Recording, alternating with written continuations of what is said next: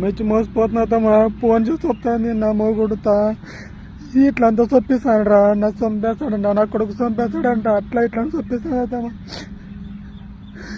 నేను ఆపదు మోసం చేయలేదు తమ వాళ్ళకే కానీ ఎవరికే కానీ నీ తెట్లు చూస్తున్నావు అమ్మకి అట్లా నీ తెట్లు చూసి ఆవిడతో అమ్మకి అట్లా చూడలేనా తమ నీ ఇట్లా పేది వచ్చేది అంతా ఉండలేదు తమ ఆవిడ రమ్మంటే పోతుండలేదు. ಇದೇ ಹುಡುಗ ಇನ್ನು ಮದುವೆ ಇಲ್ಲ ಮಕ್ಕಳಿಲ್ಲ. ಈತನ ಹೆಸರು ಶಿವರಾಜ್. ಗೌರಿಬಿದನೂರು ತಾಲೂಕು ವೆಂಕಟಾಪುರ ಗ್ರಾಮದಲ್ಲಿ ಗಾರೆ ಕೆಲಸ, ಟೈಲ್ಸ್ ಹಾಕೋ ಕೆಲಸ ಮಾಡಿಕೊಂಡು ಸುಖವಾಗಿ ಜೀವನ ನಡೆಸ್ತಿದ್ದ. ಹೊಸ ಮನೆ ಕಟ್ಟಿಕೊಂಡು ಮದುವೆ ಮಾಡ್ಕೊಳ್ಬೇಕು ಅಂತ ಡಿಸೈಡ್ ಮಾಡಿದ್ದ.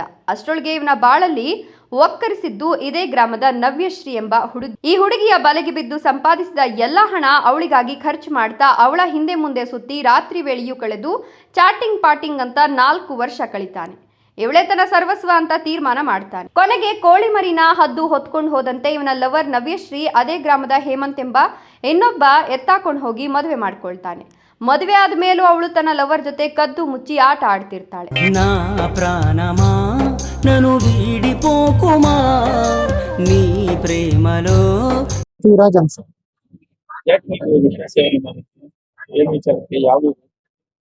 ವೆಂಕಟಾಪುರ ಸರ್. ನಂದು ಹುಡುಗಿನ ಲವ್ ಮಾಡಿದ್ದೆ ಫಸ್ಟ್ 3-4 ವರ್ಷದಿಂದ 3 ವರ್ಷ 4 ವರ್ಷ ಆಯ್ತು ಸರ್. ನವ್ಯಶ್ರೀ ಅಂತ ಕರೆದಿದ್ದು ಸರ್.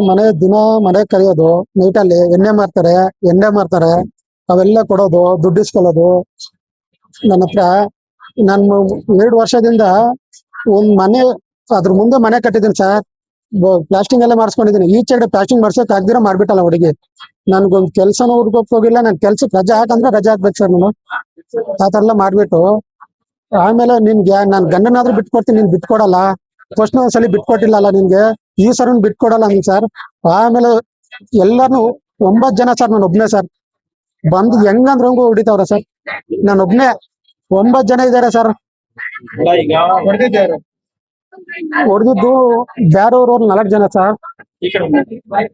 ಬ್ಯಾರೂರವ್ರು 4 ಜನ, ನಮ್ಮೂರವರು 5 ಜನ.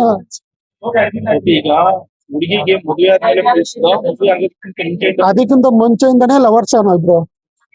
ನನ್ ಬಿಡ್ಬೇಡ ನೀನ್ ಬಿಟ್ಟೆ ನಾನು ಸತ್ತೋಗ್ತೀನಿ.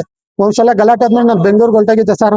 ಅಲ್ಲಿಂದ ಕರ್ಸ್ಕೊಂಡು ನೀನು ಬಂದಿಲ್ಲ ಅಂದ್ರೆ ನಾನು ಸತ್ತೋಗ್ತೀನಿ ಅಂತ ಕರ್ಸ್ಕೊಂಡಿ ಸರ್. ಹುಡುಗಿ ಹೆಸರು ನವ್ಯಶ್ರೀ ಅಂತ. ನನ್ ಬಿಟ್ಕೊಡಲ್ಲ. ಮಂಗಳವಾರ ನೈಟ್ ಹೇಳ್ದವ್ರ ಸರ್. ಶುಕ್ರವಾರ ನನ್ ಬರ್ತಡೇ ಐತೆ, ನನ್ಗೆ ಇದು ಫೋನ್ ವಾಚ್ ಬೇಕು. ಸೋಮವಾರ ಮಧ್ಯಾಹ್ನ 5,000 ಇಸ್ಕೊಂಡು ಸರ್. ಮಂಗಳವಾರ ನೈಟ್ 3,500 ಇಸ್ಕೊಂಡು ಸರ್. ಫೋನ್ ವಾಚ್ ಅಂತ 2 ಸಲ. ಅವಾಗ್ಲೇ 5,500 ಅವತ್ತು ನೀಟ್ ಇಸ್ಕೊಂಡು ಸರ್. ಟೋಟಲ್ ನನ್ಗಿನ್ನ ಮದುವೆ ಆಗಿಲ್ಲ ಸರ್. ಟೋಟಲ್ 10,500 ರೂಪಾಯಿ ಇಸ್ಕೊಂಡು ಸರ್. ಅಷ್ಟೇ ಸರ್. ಆಮೇಲೆ ನೆಕ್ಸ್ಟ್ ದಿವಸನೇ ನನ್ ಮೇಲೆ ಎಲ್ಲಾರು ಬಂದ್ಬಿಟ್ಟು ಮದುವೆ ಆಗಿದ್ಯಾ? ಹುಡುಗಿಗೆ ಮದುವೆ ಆಗೈತೆ ಸರ್. ನಮ್ಮೂರ್ಗೆ. ಅವ್ರ ಅಮ್ಮಂದು ನಮ್ಮೂರೇ, ವೆಂಕಟಾಪುರ. ಮದುವೆಗೆ ಮೊದ್ಲಿಗಿಂತ ನೀವು ಇದಾಗಿದ್ರೆ ಲವ್ ಮಾಡ್ತಾ ಇದ್ರೆ ನೀನೇನ್ ಬಿಟ್ಟು ಬೇರೆಯವ್ರನ್ನ ಹೆಂಗ್ ಮದ್ವೆ ಆದ್ರಿ ಸರ್? ಅವನು ದೇವಸ್ಥಾನಕ್ಕೆ ಹೋಗೋಣ ಬಾ ಅಂತ ಕರ್ಕೊಂಡು ಹೊಲ್ತಾಗಿರ ಸರ್. ಆ ಹುಡುಗಿಗೆ ಇನ್ನ ಏಜ್ ಆಗಿರ್ಲಿಲ್ಲ ಅಷ್ಟೊತ್ತಿಗೆ. ಹೇಮಂತ ಅಂತ ಆ ಹುಡುಗಿಗೆ ಏಜ್ ಆಗಿರ್ಲಿಲ್ಲ. ಅವ್ನು ನಮ್ಮೂರೇ. ನಾನ್ ಲವ್ ಮಾಡ್ತಿದ್ದೇನೆ ಅಂತ ಗೊತ್ತಾಗ್ಬಿಟ್ಟು ಅವ್ನು ಕರ್ಕೊಂಡೋಗಿರೋದು. ಆ ಹುಡುಗಿಗೆ ಅವಾಗ 2 ತಿಂಗಳು 3 ತಿಂಗಳು ಇತ್ತು ಸರ್. ಅವಾಗ್ಲೇ ನೈಟ್ 5 ಗಂಟೆಲಿ ಮದುವೆ ಮಾಡಿರೋದು ಹುಡುಗಿಗೆ. Same caste sir. ನಮ್ ಮನೆ ಪಕ್ಕದಲ್ಲೇ ಇರೋದು. ನನ್ ಟೇಲ್ಸ್ ಕೆಲ್ಸ ಆ ಹುಡುಗಿ ನನ್ ಮೇಲೆ ಹೇಳ್ಬಿಟ್ಟು, ಆ ಹುಡುಗಿ ಹೇಳ್ರಿ ಸರ್, ನಮ್ ಮಾವರು ನೀನು ನಿನ್ ಮೇಲೆ ಏನೇ ಹೇಳಿಲ್ಲದ್ರ ನನ್ ಮಗನ್ ಇಬ್ರು ಸಾಯ್ಸಾಕ್ತಾರಂತೆ. ನಮ್ ಮನೆಯವರು ನನ್ ಗಂಡ ನಮ್ಮ ಇಬ್ರು ಸಾಯ್ಸಾಕ್ತಾರಂತೆ. ಆ ಹುಡುಗಿ ಹೇಳಿಲ್ಲ ಸರ್ ನನ್ಗೆ. ನನ್ ಮೇಲೆ ಏನು ಹೇಳ್ಬೇಡ, ನೀನು ಏನು ತೋರ್ಸ್ಬೇಡ ಅಂತ ಸರ್. ನನ್ ಕೈಯಲ್ಲಿ ತೊಡ್ಕೊಳಕ್ ಆಗಿಲ್ಲ. ಅದಕ್ಕೆ ಎಲ್ಲರೂ ನನ್ನ ಇನ್ಸ್ಟಾಗ್ರಾಮ್ಗೆ ಹಾಕ್ಬಿಟ್ಟು ನಾನು ಸತ್ತೋಗನಂತ ಫಿಕ್ಸ್ ಆಗ್ಬಿಟ್ಟೆ. ಅಷ್ಟೊತ್ತಿಗೆ ನನ್ನ ತಮ್ಮ ಅವರೆಲ್ಲ ಬಂದ್ಬಿಟ್ಟು ನಾನು ಹಾಸ್ಪಿಟಲ್ ಕರ್ಕೊಂಡು ಬಂದ್ಬಿಟ್ಟು ಅಷ್ಟೇ. ಇನ್ಸ್ಟಾಗ್ರಾಮ್ ಅಲ್ಲಿ ಲೈವ್ ಅಲ್ಲಿ ಬಂದು ವಿಷಯ ತಗೊಂಡಿದ್ದ ನೀವು? ಇಲ್ಲ ಸರ್, ವಿಡಿಯೋ ತಗೊಂಡು ವಿಡಿಯೋ ಹಾಕ್ಬಿಟ್ಟಿದ್ದೀನಿ. ನಿಮ್ಮ ಹೆಸರೇನು? ಶಿವರಾಜ್ ಅಂತ. ಜಾಸ್ತಿ ಮೋಸ ಮಾಡ್ಬೇಕು. ಒಬ್ನಿದ್ದೀನಿ ಸರ್. ಎಲ್ಲರೂ ಬಂದು ಕೈ ಕಾಲು ಇಟ್ಕೊಂಡು ಹೆಂಗಂದ್ರೆ ಹಂಗ ಹೋಗ್ಬಿಟ್ಟಾರ ಸರ್. ನಾನು ಒಬ್ನೇ ಸರ್ ಇದ್ದಿದ್ದು, ಒಬ್ರು ಇಲ್ಲ ಸರ್ ಅಲ್ಲಿ. 9 ಜನ ಸರ್, ಒಬ್ನೇ ಸರ್ ಅಲ್ಲಿ ಕೂತಿರೋ. ಎಲ್ಲಿ ವಿಷಯ ತೊಡ್ಕೊಳಕ್ ಆಗ್ಲೇ ಸರ್. ನಮ್ಮ ಮನೆಯವರು ಬಂದ್ಬಿಟ್ಟು ಹೊಲ್ದ ಹತ್ರ ಏನೋ ಒಡ್ಡೆ ಕೊಟ್ಬಿಟ್ಟೆ. ಒಬ್ನೇ ಸರ್, ಹೆಂಗಾದ್ರೆ ಹೆಂಗೆ ಎಲ್ಗಾದ್ರೂ ಹೋಗ್ಬಿಟ್ಟು ಏನ್ ಮಾಡ್ಬೇಕೀಗ?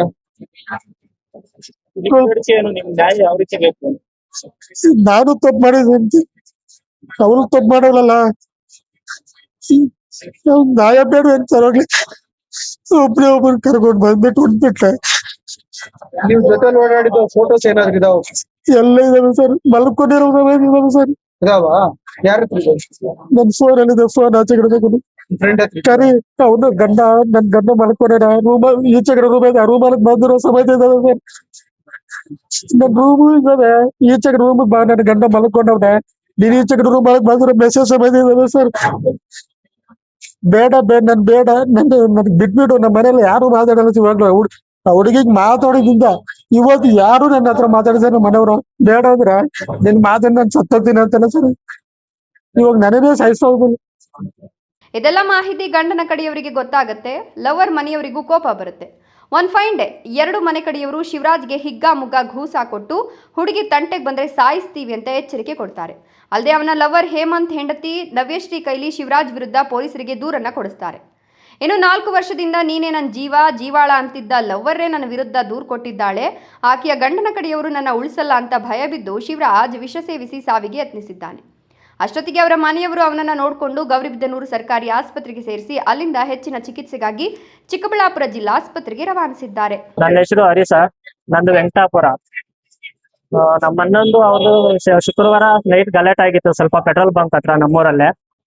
ಬೆಳಿಗ್ಗೆ ಬಂದು ಅವ್ರ ಮನೆಯವ್ರು ಬಂದ್ಬಿಟ್ಟು ಬೆಳಿಗ್ಗೆನೆ ನಮ್ಮ ಅಣ್ಣ ಒಬ್ನೇ ಇರೋದು ನೋಡ್ಕೊಂಡು ಹೊಡೆದವ್ರೆ. ಹೊಡೆದ್ಬಿಟ್ಟು ಹೋಗಿ ಕಂಪ್ಲೇಂಟ್ ಕೊಟ್ಟು ಬಂದವ್ರೆ. ತಿರ್ಗಾ ನೆಕ್ಸ್ಟ್ ಡೇನು ಹಿಂಗೆ ಗಲಾಟೆ ಮಾಡ್ತಾ ಇದ್ರು. ಹಂಗೆ ನಾವು ಏನಕ್ಕೆ ಗಲಾಟೆ ಮಾಡ್ತಾ ಇದ್ದೀರಾ ಅಂತ ಬಿಡಿಸಕ್ ಹೋಗಿದ್ರೆ ನಂಗೂ ಹೊಡೆದವ್ರೆ. ನಿಮ್ಮ ಅಣ್ಣ ಹೆಸರು ಏನು? ನಮ್ಮ ಅಣ್ಣನ ಹೆಸರು ಶಿವರಾಜ್. ಹೊಡೆದಿರೋರು ಹೇಮಂತ, ಮಧು ಅವ್ರ ವೈಫು, ಹೇಮಂತ್ ಅವ್ರ ವೈಫು ಅಲ್ವೇಲಮ್ಮ. ಕಾರಣ ಏನು? ಜಗಳದ ಕಾರಣ ಏನು? ಜಗಳ ಕಾರಣ ಹಿಂಗೆ ಹುಡುಗಿನ ಮಾತಾಡ್ತಾರಂತ ಸುಮ್ಮನೆ ನೆಪ ಇಟ್ಕೊಂಡ್ ಬಂದು ಹೋಗ್ತಾರೆ.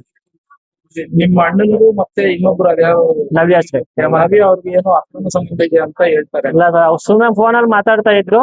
ಅವರು ಅದನ್ನ ಇದ್ ಮಾಡ್ಕೊಂಡು ಬಂದು ಹೊಡೆದವ್ರು.